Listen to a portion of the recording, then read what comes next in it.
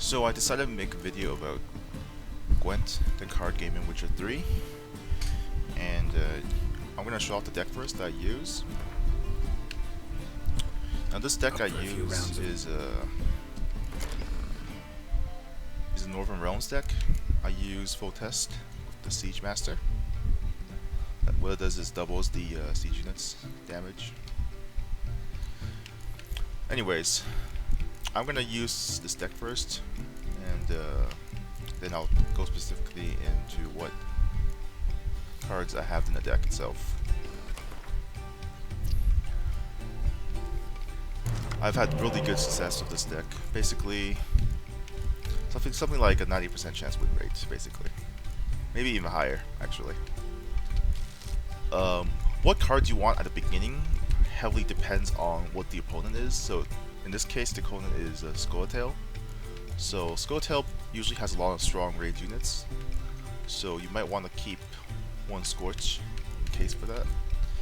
And then you want the other combo cards. So in this case, these two are good to have because they can double strike at the save your name. I'm going to take out Vesemir. Okay. The ones with the eyes, the spy cards, they're basically the most OP cards in the game. What I usually do is on turn 1 I drop as many spy cards as I can. Now this one right here, this legendary one, you don't get until the very end of the game. So, but even without it, in a lot of the legend cards I didn't have at the beginning of the game, this deck was extremely powerful. Okay, so he's gonna pop that right away. Okay. Good for him.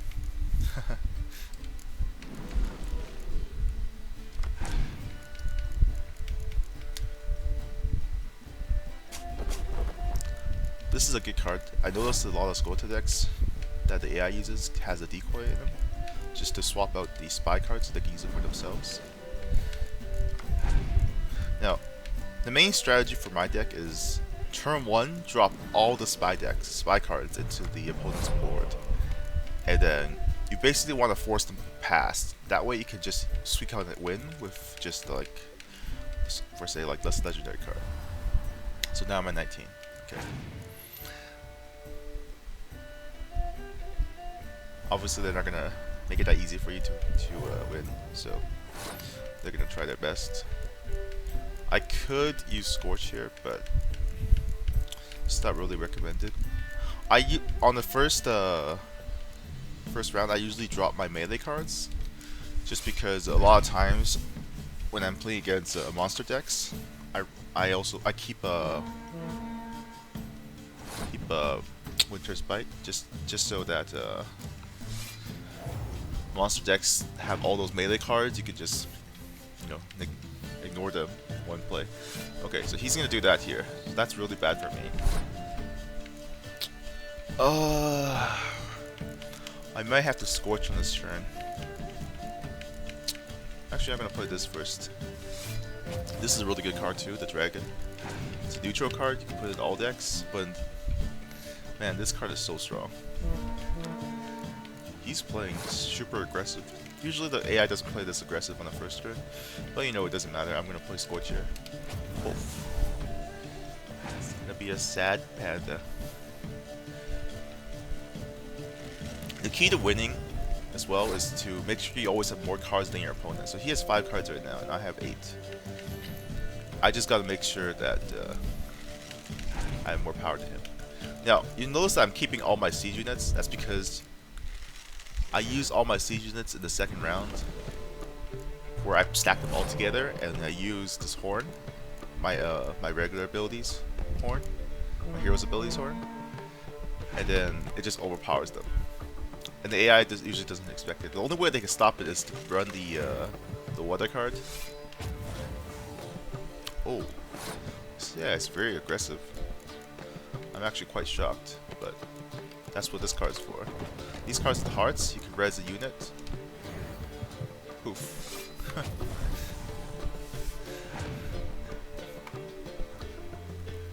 Yeah, he's gonna pass. Okay.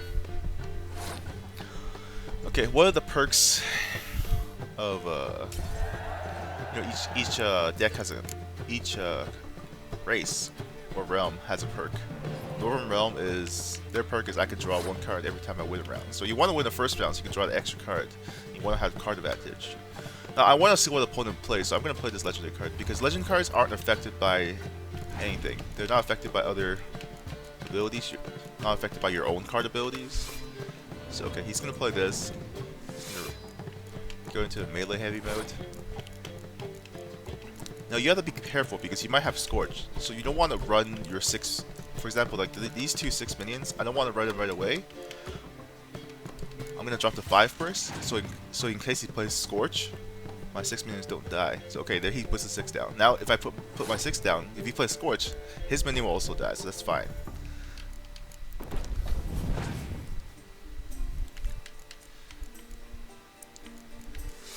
Yeah, the only way he can win here is he has the weather card that blocks the siege units. Now I'm not even afraid of that because if he plays that right now, he's gonna have 1 card left. I'll have 2 cards. I'll just pass, and I'm gonna win the next one. So you see, this deck. I'll show other more examples, but this deck is just extremely strong. Okay, I'm gonna play this right now. Let's see what he does. He might play a Scorch. Nope, no Scorch. Okay, it's over. I don't even have to activate my hero, but I'll do it.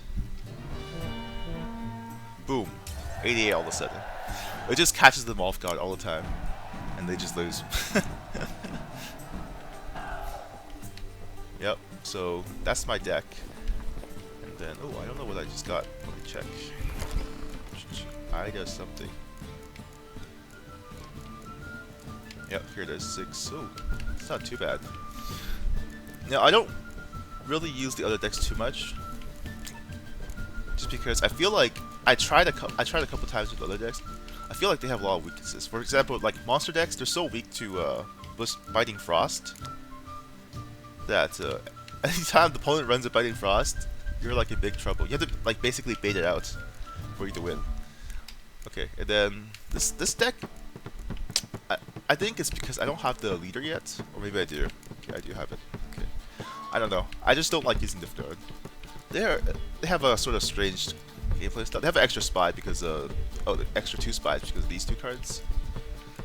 But oh, they have this one too. Wow, they have a lot of spies. I guess Nilfgaardian decks could be really strong, but I just never really tried it. And then there's the Skeletal deck, of course, which is it's kind of like a hybrid deck. It has like a bunch of like melee and range units, and then I assume you gotta play the Commander's Horde properly with it. Yeah, this perk is pretty nice though. Draw extra card at the beginning because you always want to have card advantages in this deck, in this game. Yeah, but I've been using this Northern Realms deck since like I started playing this game. And okay, so here's my deck. I'm gonna go into detail with it.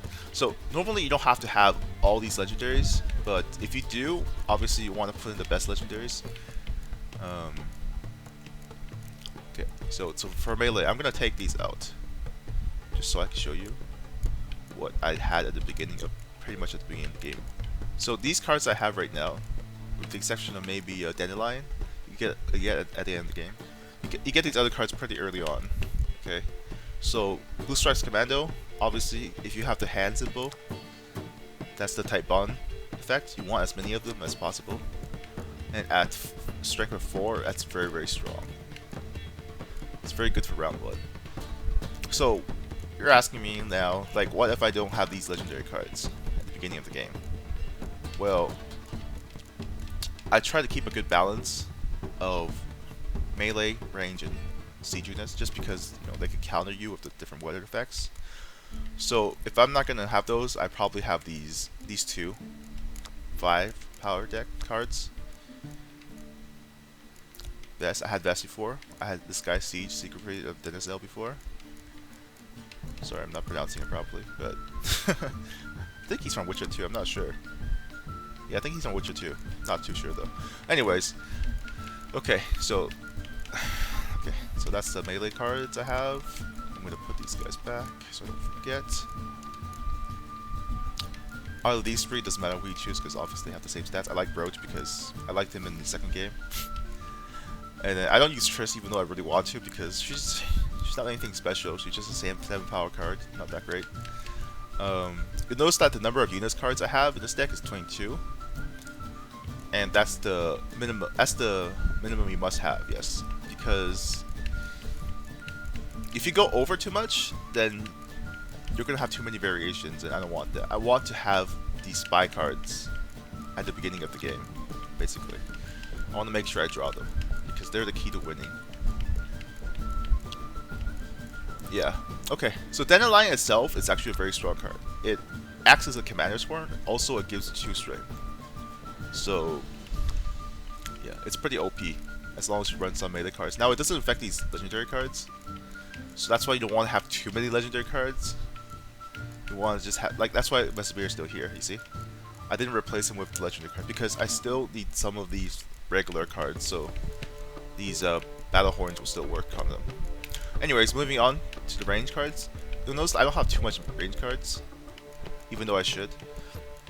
But it's because these range cards that I can replace them with, look, they're just 5, 5, 4, 4. I had these two before when I didn't have the melee legendaries. So I had Karametz and Cirilla de Tansarville. But now I replaced them with Philippa and Yennefer. You get Yennefer, I think, relatively early on, I think. And she's a really powerful card because she could resurrect somebody.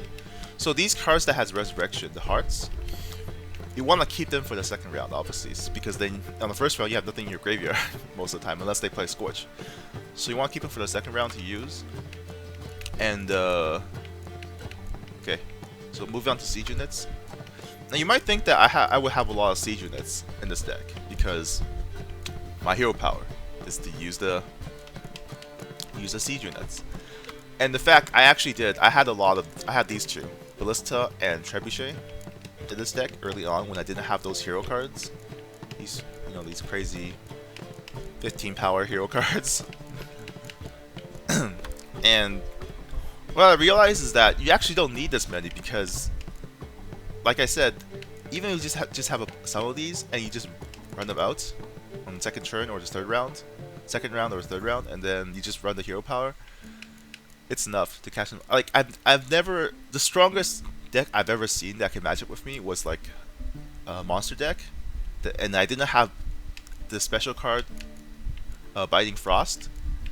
And basically at the end of the game, he had like 120 strength from all his melee cards all stacked together, and then I had like 140 because, yeah, siege units are OP. They have so much damage. Like especially these two. You have these two together, double catapults.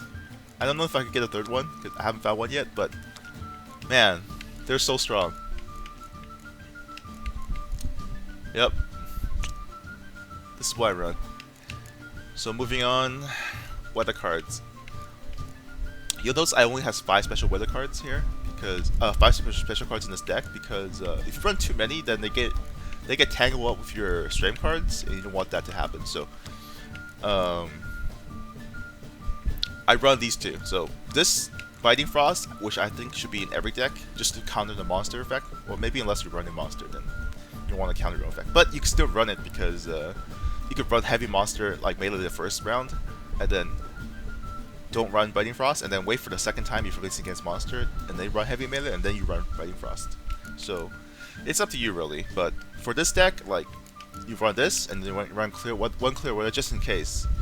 If you see the opponent hero, that's the one that there's like 1 or 2 heroes that can put any weather effect on the board. Then you want to run this so your siege units don't get destroyed by the weather effect.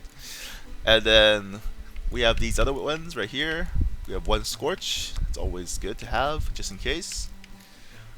Scorch and the dragon that I mentioned earlier, this one right here, the neutral dragon, they're very good against monster decks. So even if you don't have Biting Frost, having these two they're godsend. Okay, Banner Sworn is good to have. I have 2 of them. Sometimes I think I could run just one, but I think 2 is okay. Just because sometimes you need, in this game, you need an extra turn, and you can't pass, because if you pass, then you can't play any more cards in that round. So sometimes to have an extra, like, just throwaway card is good. And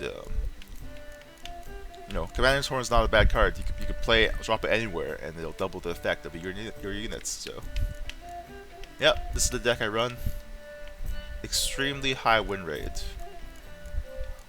I basically win every time. Super confident. All the Gwent missions I've done so far that requires you to play like a unique character for their card. I use this deck, and I've never lost a single time. Anyways, let's go play some other people with Gwent. Okay, I'll go find someone who I remember at the beginning of the game I had a really hard time dealing with him. If I just can remember where he was.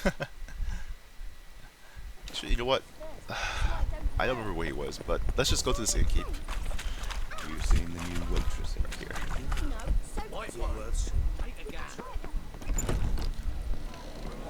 Because I want to find like a monster player to show you how to play against monster decks. Because this guy doesn't have it. See you. Because monster decks are actually very, very dangerous to play against.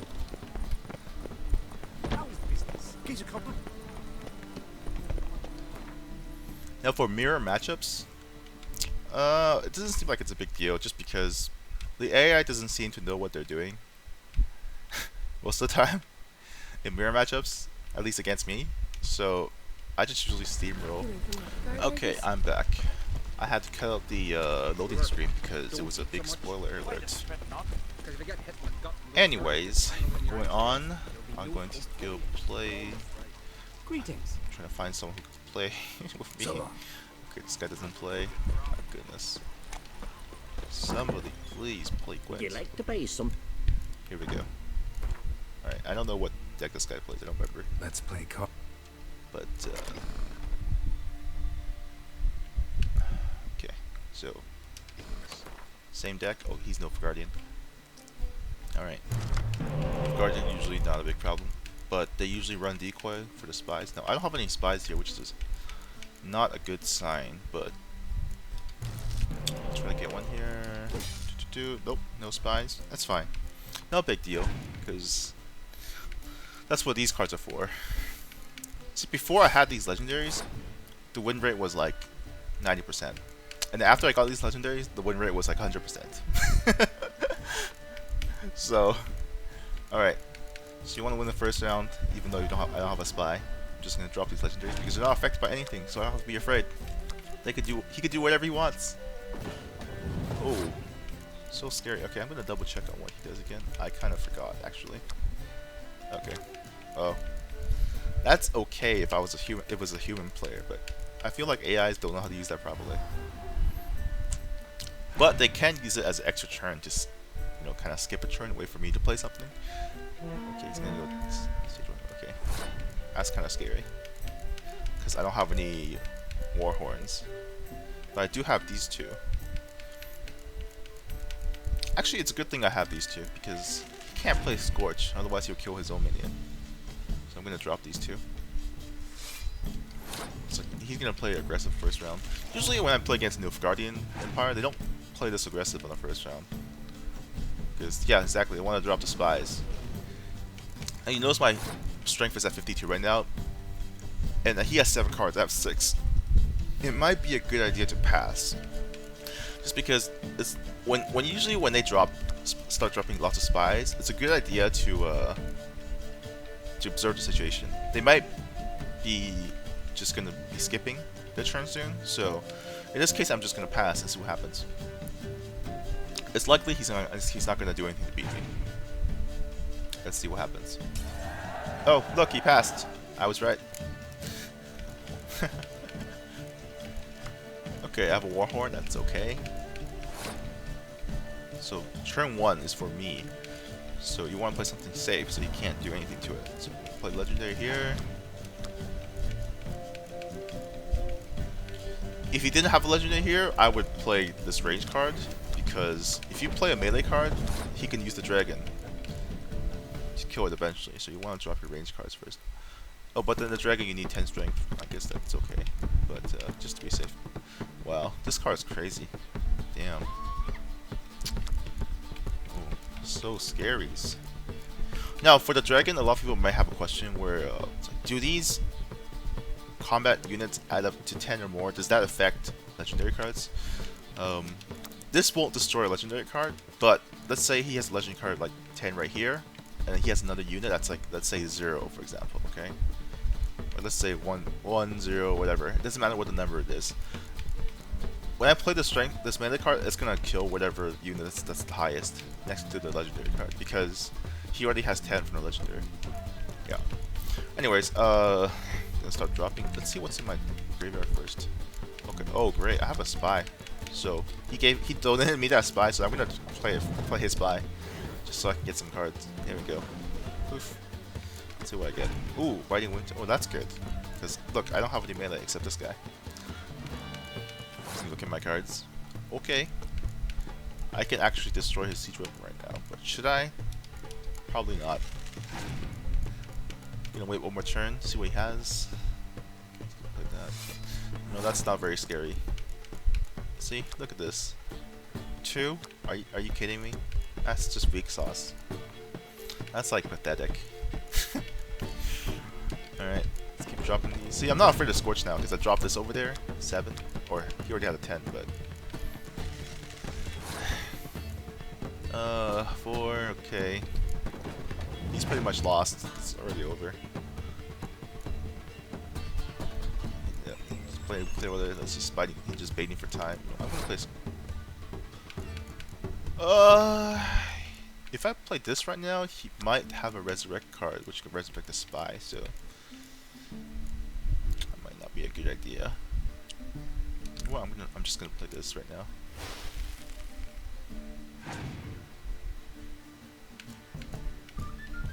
Oh, look. He has the same card. Okay. So now I pretty much know he has like nothing. So I'm just gonna play this. Kill his Demolisher.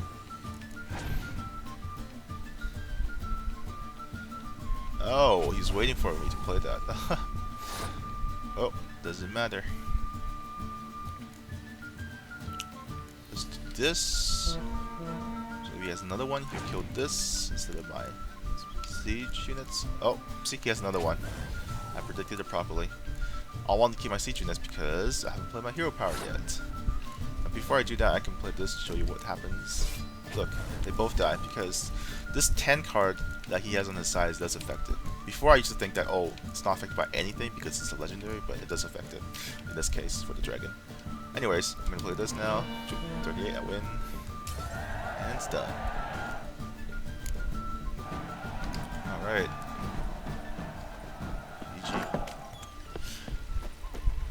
Okay, I'm gonna put my deck list into the section below the video, just so you can look at it. Anyways, if you like this video, give me a like, subscribe. I'm gonna try to make more videos regarding Witcher 3 and any more upcoming RPGs that I might be playing. So see you guys later. This is Fido out.